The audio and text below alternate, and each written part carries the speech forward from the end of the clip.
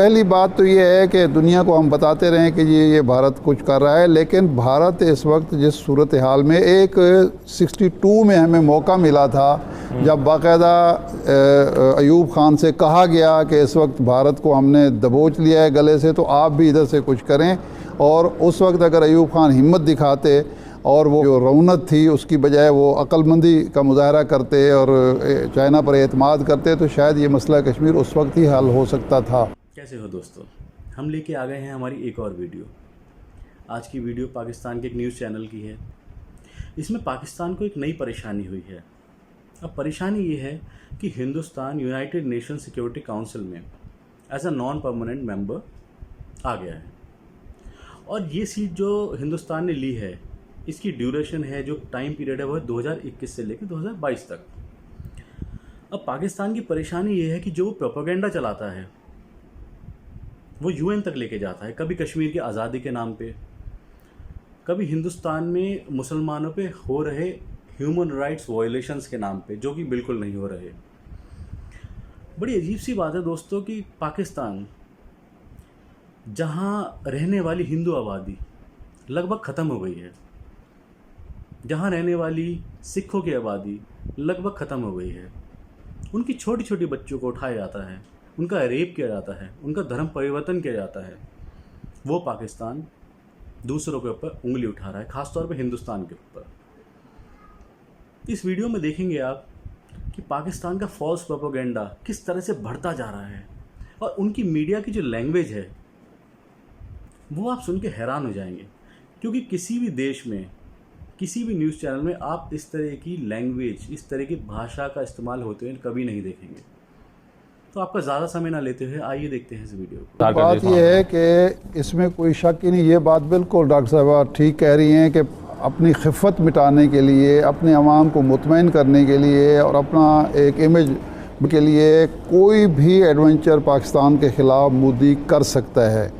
وہ کس طرح کا ہوگا، کس سطح کا ہوگا، اس کے بارے میں کچھ نہیں کہا جا سکتا، لیکن وہ بعید از قیاس بات نہیں ہے، خارج از امکان بات نہیں ہے۔ تو اس میں ہمیں کیا کرنا چاہیے؟ پہلی بات تو یہ ہے کہ دنیا کو ہم بتاتے رہیں کہ یہ بھارت کچھ کر رہا ہے، لیکن بھارت اس وقت جس صورتحال میں 62 میں ہمیں موقع ملا تھا جب باقاعدہ ایوب خان سے کہا گیا کہ اس وقت بھارت کو ہم نے دبوچ لیا ہے گلے سے، تو آپ بھی ادھر سے کچھ کریں، اور اس وقت اگر ایوب خان ہمت دکھاتے اور وہ جو رونت تھی اس کی بجائے وہ عقل مندی کا مظاہرہ کرتے اور چائنا پر اعتماد کرتے تو شاید یہ مسئلہ کشمیر اس وقت ہی حل ہو سکتا تھا۔ وہ موقع ہم نے خیر ضائع کر دیا۔ اب صورتحال تقریباً اس سے ملتی جلتی ہے، اور اس لیے ہے کہ یہ مودی جو ہے وہ تلا ہوا ہے کسی نہ کسی ایڈونچر پہ، کسی اور خودکشی پہ تلا ہوا ہے۔ اگر اس سے ہم فائدہ نہیں اٹھاتے تو ہم سے زیادہ بے وقوف کوئی نہیں ہوگا۔ یہ نہیں ہے کہ کل ہم حملہ کر دیں یا کل ہم صورتحال خود ہی خراب کرنا شروع کر دیں، جنگ کو دعوت دیں، یہ بات نہیں ہے۔ میں جو کہہ رہا ہوں وہ یہ ہے کہ اگر وہ انڈیا کوئی فالس فلیگ کرنا چاہتا ہے تو ہماری تیاری مقابلے کی اتنی مکمل ہونی چاہیے کہ وہ پھر ایک ابھی نندن تک نہ رہے کہ ایک آدمی گرفتار کر کے ہم واپس کر دیں۔ ہمارا جواب اتنا مکمل ہونا چاہیے کہ پھر ہم جو 70 سال سے بیٹھے ہوئے انتظار کر رہے ہیں، یا کم از کم 1971 سے تو ہم انتظار کر رہے ہیں کہ ہم انتقام لیں، بدلہ لیں مشرقی پاکستان کا، تو وہ ہمارا مکمل ہونا چاہیے۔ وہ کیسے ہو سکتا ہے؟ یہ فوج کا کام ہے سوچنے کا، یا ہمارے دفتر خارجہ کا، یا حکومت کا۔ لیکن اگر اس موقع کو ہم نے ضائع کر دیا تو پھر شاید قدرت ہمیں موقع نہ دے، قدرت بار بار مواقع دیا نہیں کرتے۔ یہ جو اب چھوٹے ملک کا بڑے ملک کا یہ مسائل ہیں، یہ تاریخ اس کی نفی کرتی ہے۔ چھوٹے ملک اور بڑے ملک نہیں ہوتے، ایک قوم کا عزم ہوتا ہے۔ دیکھیں جو نیوکلیر پاور ہے پاکستان، تو اس کے علاوہ آپ کو کیا قوت چاہیے؟ اور یہ نہیں ہے کہ ایٹم بم آپ استعمال کر دیں۔ آپ کا جب تک عزم بلند تھا، جب تک آپ بھارت کو اپنے مقابلے کی قوت سمجھتے تھے، دنیا آپ کو اسی طرح ہی ٹریٹ کرتی تھی۔ جب آپ نے چھوٹا بھائی بننا شروع کر دیا، اور پھر وہ جب انڈیا نے بھی ہمیں چھوٹا سمجھنا شروع کر دیا، تو پھر وہ جو فارسی والی کہاوت ہے کہ سگ باش برادر خود بباش، پھر ہمارے ساتھ وہی سلوک بھی شروع ہو گیا۔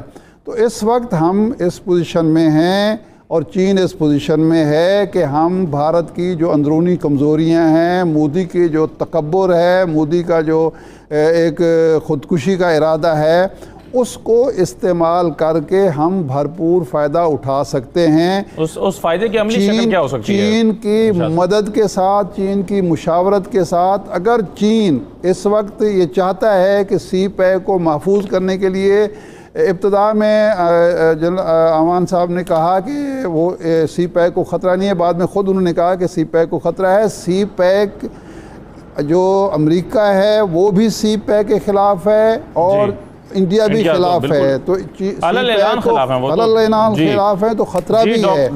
اور وہی صورت ہو سکتی ہے کہ ہم سی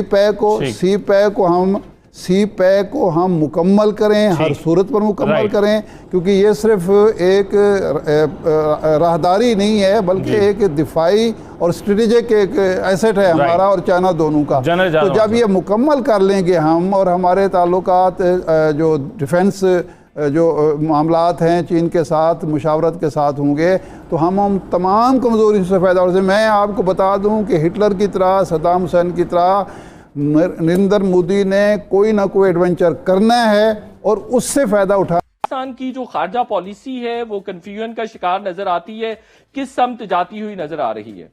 جی شکریہ۔ افسوس سے میں کہوں گی کہ اس وقت ہماری کوئی خارجہ پالیسی واضح طور پر کسی سمت میں جاتے ہوئے نظر نہیں آ رہی۔ آپ نے ابھی کہا کہ ہماری یو این ایس سی میں سیٹ کے حوالے سے کہا گیا کہ کوئی ایشو نہیں ہے، کوئی مسئلہ نہیں ہے، تو اگر یہ 5 اگست سے پہلے کی بات ہوتی تو بھی مسئلہ ہے، لیکن اس وقت ایک روایتی ایکسچینج ہوتا تھا کہ ایک گروپ میں کبھی ہندوستان آتا تھا الیکٹ ہو کے، پاکستان بھی وہ سیٹ لے، سب ممالک اپنی اپنی ٹرن پہ آتے تھے، ایک روٹیشن والی ایک سیٹلڈ سا ایک طریقہ کار تھا۔ اب جو صورتحال ہے اس میں آپ نے دیکھا ہوگا کہ 5 اگست کے بعد جس طرح بھارت کا رویہ رہا ہے اور وہ نظر آ رہا ہے، اور مودی سرکار کے آنے سے بھی یہ سب آپ کو عیاں ہونا چاہیے تھا۔ 5 اگست کا کیوں انتظار کریں؟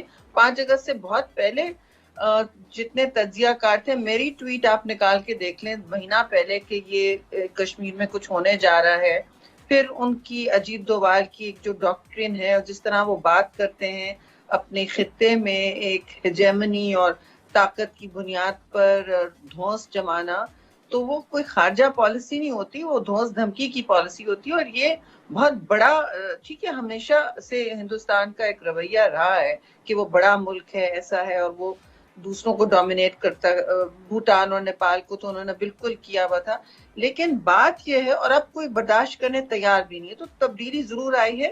اور مودی سرکار کے آنے کے بعد تو بہت ہی ایک واضح طور پر فرق نظر آنے لگا، خاص طور سے ان کے دوسرے الیکشن کے بعد۔ اور ہم سب نے کہا تھا کہ یہ ہوگا کیونکہ یہ بھاری اکثریت کے تحت آئے ہیں، اور یہ جو ان کے اندرونی فیلیئرز ہیں، ناکامیاں ہیں، اس پر پردہ ڈالنے کے لیے اس طرح کی شوونسٹک خطے میں بات کرتے ہیں، تو ان کی ڈائیورژن چلتی ہے، وہ ڈرم بیٹ کر رہے ہوتے ہیں نیشنلزم کا، اور جو پبلک کانورسیشن ہے اس کا محور چینج کر رہے ہوتے ہیں، بدلنے کی کوشش کر رہے ہوتے ہیں۔ تو کیوں آپ کیسے کہیں گے اب آپ کشمیر کے ایشو کو اٹھائیں گے یو این ایس سی پہ کسی بھی کمیٹی میں، تو آپ کو اب بھارت کی ہٹ دھرمی کا سامنا کرنا پڑے گا۔ پہلے بھی ہوتا تھا لیکن اب بہت زیادہ ہوگا، اور اس کے بہت واضح آپ کے سامنے اثرات نظر آئیں گے۔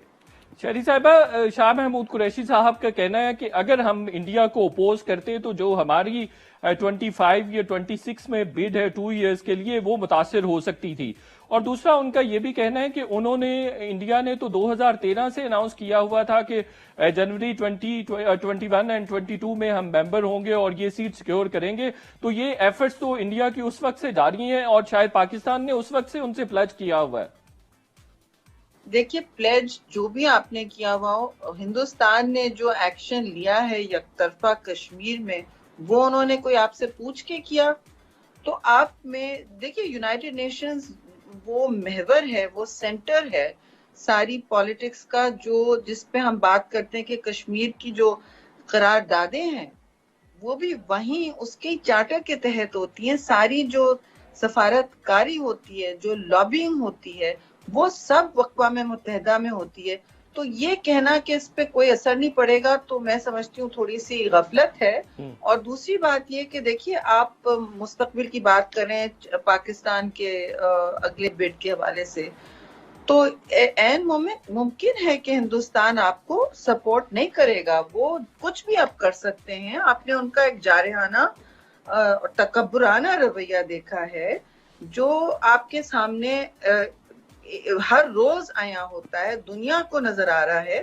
دنیا تو خیر اپنے فیصلے اپنی اقتصادی اور دوسرے اسٹریٹجک اس پر کرتی ہے لیکن آپ کی تو واضح پالیسی ہے اور ہونی چاہیے. آپ نے دیکھ لیا ہے انہوں نے کیا کر کے دکھایا. انہوں نے کشمیر میں جو مظالم ڈھائے آپ سوچیں ادھر کیا پیغام گیا. آپ سوچیں کشمیر کو کیا پیغام گیا.